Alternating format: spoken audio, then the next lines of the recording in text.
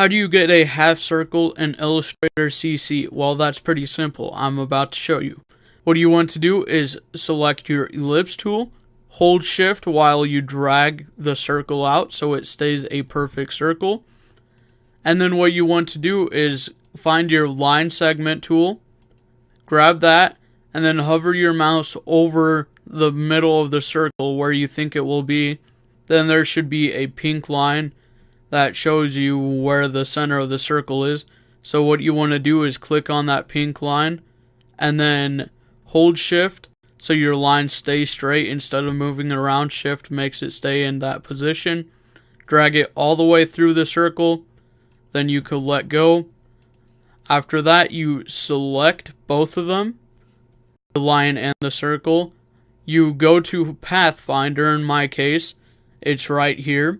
If your Pathfinder isn't right here, go up to Window. It's on the very top. Click on that, then go to Pathfinder right here.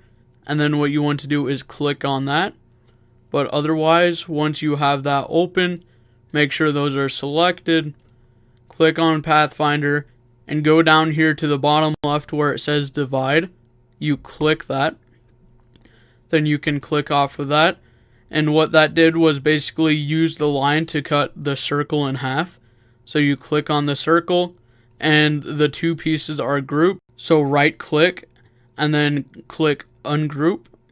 Then what you are able to do is drag one piece away from the other. Then you could delete one part of the circle and then you have the other half. So I hope this video helped you, and if it did, make sure you leave a like and subscribe for more tutorials like this. But otherwise, until my next video, have a great day and goodbye.